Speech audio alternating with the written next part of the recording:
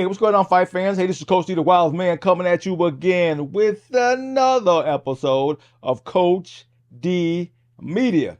Now, you know how I do with Coach D Media. I talk about all things combat sports related, from the highs to the lows. All right, let's go ahead and get back into it. Okay, I thought this Sean O'Malley thing was go ahead and put to bed. You know, hey, he got dominated across the board at UFC 306.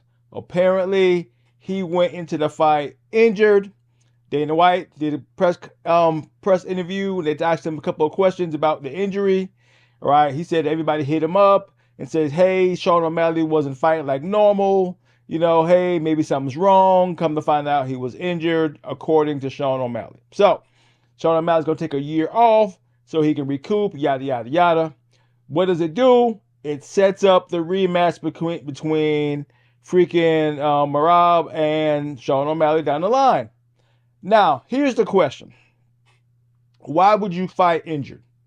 I get it. It's a title shot. Everything's on the line, meaning your belt is on the line. So why would you fight injured? Why would you risk it all? Right? Come to find out, I looked at his payout. He got $3.2 million for that fight. I'll fight too. Win or lose, that's what he cleared with a title fight and pay-per-view points. That's what he's taking home, win or lose. Yeah, I'm going to fight. I'll fight with a missing leg for that much money. Right? So, with that being said, and coming to find out how popular he really is he the next Conor McGregor? He's a big star, win or lose. He don't have to have the belt for paydays, apparently. Right? All he got to do is be in the spotlight, be there at the right time, and make it happen. Apparently, that's what it looks like. That's what it seems by how the conversations are going now that he's injured. Now all these conversations are coming out. Oh, you know, he wasn't fighting at his best. You know, maybe he could have beat Merab and all that kind of good stuff. Whatever. So, apparently, he's the next Conor McGregor. He don't got to win to get paid. He don't got to be on top to get paid. All he got to do is show up and he'll get paid, apparently. And why am I saying that? So, I looked at a way better fight with two bigger stars. So, I looked at Max Holloway and Justin Gaethje for the BMF belt. Now, granted, it's not a real belt, but it's a very popular belt. They put on arguably the best fight of not only of the year, right, but top 3 of all time in my book with that 10-second knockout, right? Way better fight. Way better stars, in my opinion. But they didn't get nowhere near the money, right? If I'm not mistaken, if I read that right, freaking Max had to win both 2 bonuses in order to clear over $1 million. I'm not sure what Justin Gaethje got. I think he got like 600,000. So neither one of them was in the million dollar mark going into the fight. I think Merab was, and I think Rob was at $1 million something, and Sean O'Malley was at 3. And Max Holloway and Dustin was a way better fight. But Dana White wasn't offering them nowhere near the money. So neither one of them could come in injured. They got to be at the best of their game. Sean O'Malley is going to make good money. He can come in injured and still come out good dollars wise. So he don't care about that belt. He don't care about losing. Right? Take a year off, get whatever fixed, right? Set up the rematch by saying, hey, he only beat me because I was injured. The story is already laid out. He don't got to do shit but wait, just like Conor McGregor. Conor McGregor can wait, take all the time off he wants, get drunk, party, do a movie, all that kind of good stuff. And as soon as he says, I want to come back, everybody chimes in. You can't knock the man. He's earned it. He's putting the work. But he don't got to win, right? All he got to do is show up and he'll get a good payday. He don't have to win. So now it looks like Sean O'Malley don't have to win in order to get paid, right? So he don't got to be the best fighter to get paid. All he got to do is show up. That's what it's looking like to me, right? Now they're saying they don't really care about Merab because he's a grappler. He's not a stand-up fighter. Everybody's going to say we're going to see a whole bunch of boring fights, right? Talk about Merab and maybe Islam too. Who else? I forgot the other fighter who just fought and won the belt. right? He said he's a grappler. He's a boring fighter. So excuse me, I didn't write it down.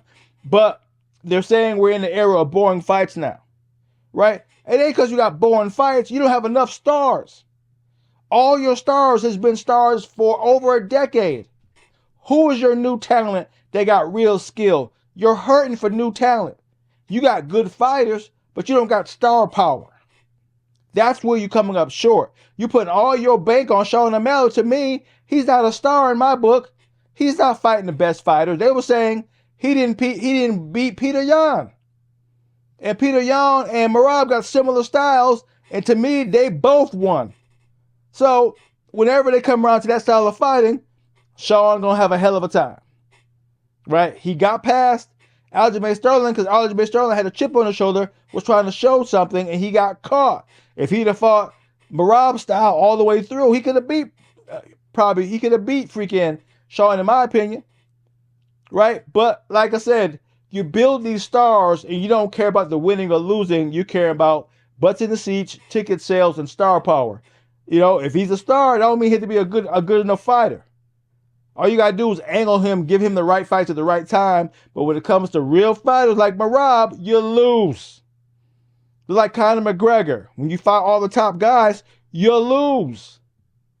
Right? So you're putting star power over actual 100% fighting ability. The era of like a George St. Pierre or Demetrius Johnson or John Jones, you know, guys who go on runs, right?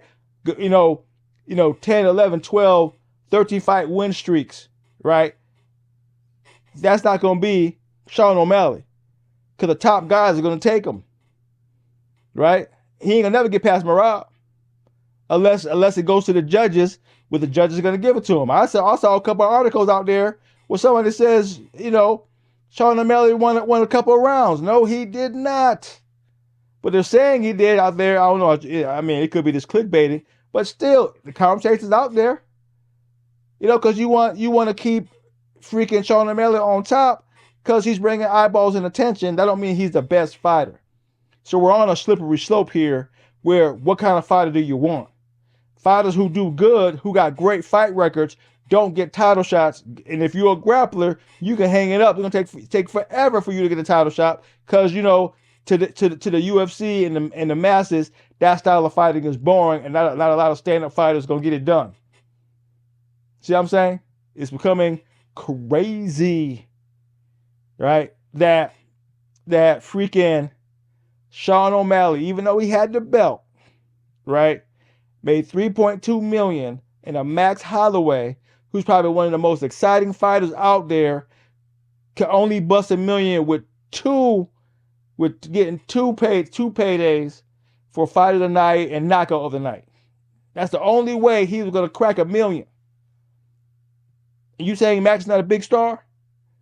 Max Holloway is not an exciting fighter? Max Holloway can't put butts in the seats compared to a Sean O'Malley? Is that what we're saying? On paper, it looks that way.